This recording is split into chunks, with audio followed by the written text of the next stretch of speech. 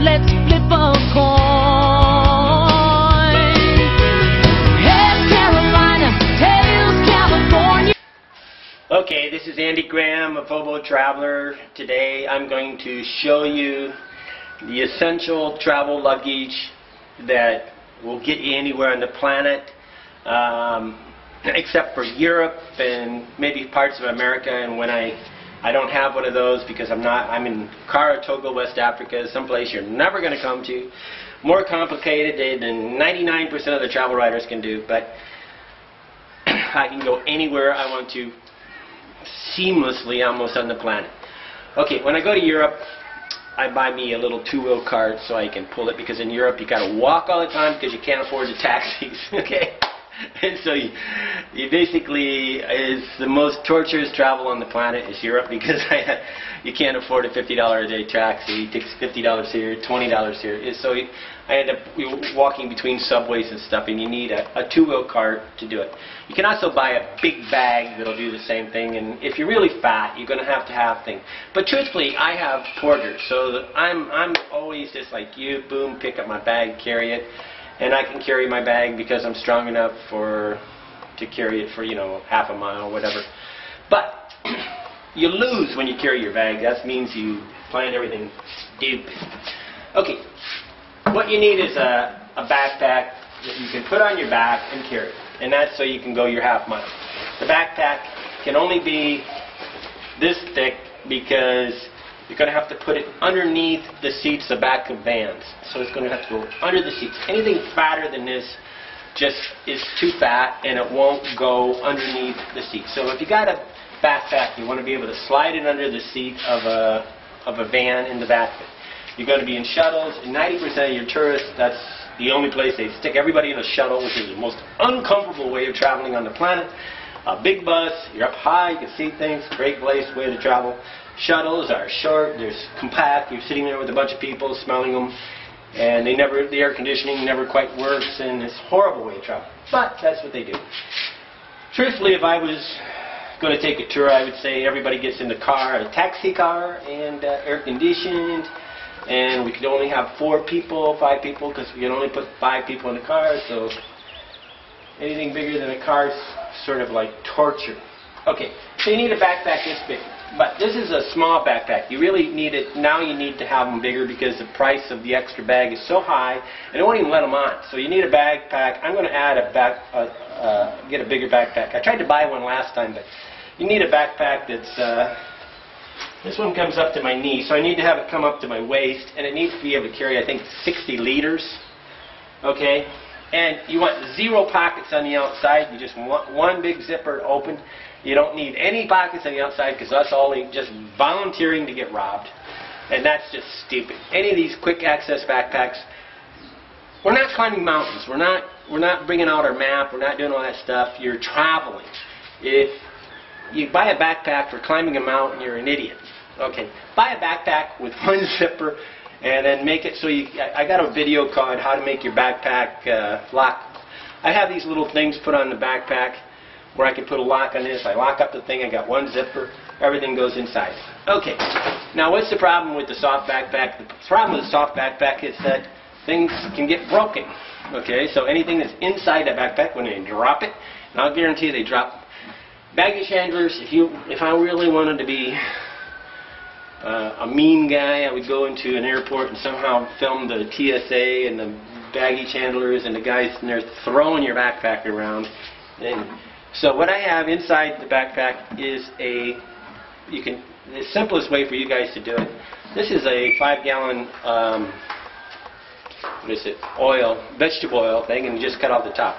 But you just take a gas can, you cut off the top, you put inside the backpack, and this creates a plastic liner, and it's like a double ding. And then you always have a bucket so you can put your water in. And trust me, if you're going to travel the world, you're going to be in a room where they don't have enough water to shower, and you fill up the bucket and you take a dip shower. Okay, this is your protection, and I use this thing. I wouldn't leave home without it. Okay. Carrying more than one backpack is incredibly dangerous, because watching 2 backpacks, people that have 3 or 4, they deserve to get robbed. Okay, at best, I have a carry-on backpack, front pack, and a backpack. That's it. But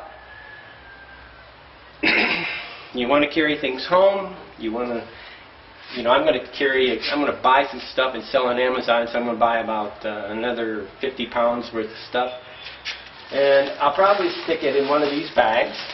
This is a grain bag. What's really nice about them is they're really, really strong because they carry like 200 pounds, right? And they fold up just like that. And then I use my clothesline. I can use my clothesline to tie it. And then if I really wanted to, I can do one of these shrink wrap things that put it, and I ship it home. But this is also my auxiliary bag that hooks onto the bag. If you look at this bag, I have sewn on little loops all over the bag, and I can tie this thing. I normally tie it on the bottom to keep it flat, and then I can ride on the back of a motorcycle and stay up high. But these are the three things you need. You need a backpack. A duffel bag will work.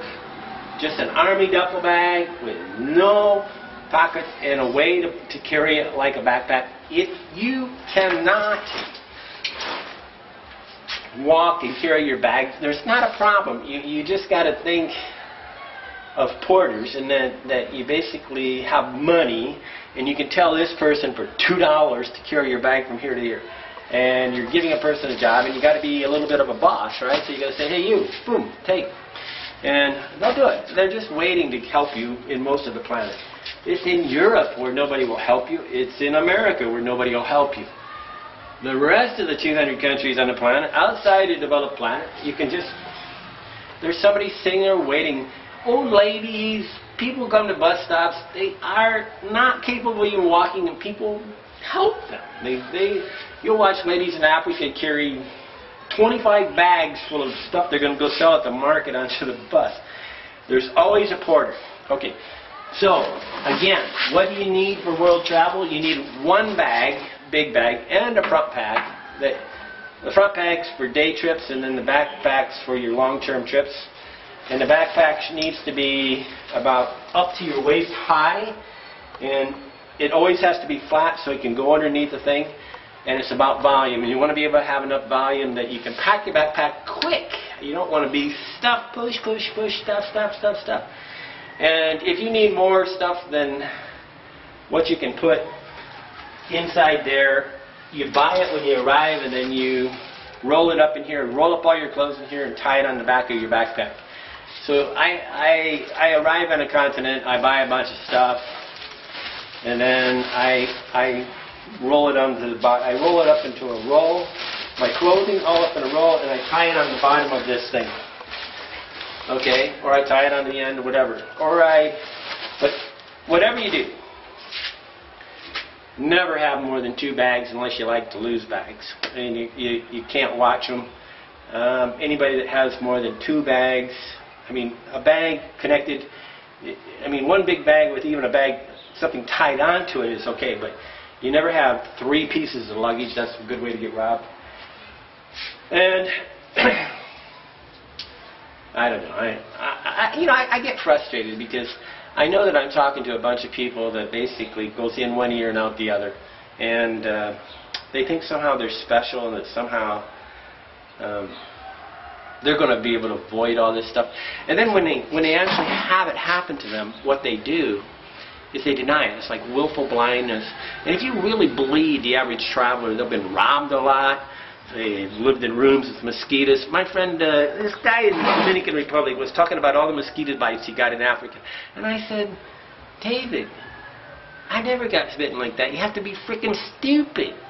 But they sort of give you the clues on how they're stupid, but people hide their stupidity. Okay, I try to show you all the problems because these are real. The worst trip I ever took was on a tour in Tibet. I mean, tours will abuse you. They were trying to make us live in frozen rooms. I had all the blankets and everything, and everybody around me was freezing because I had like I had stuff to protect me. And the people that paid the high dollars, the $1 million, they were living with no blankets in sub-zero, it's frozen.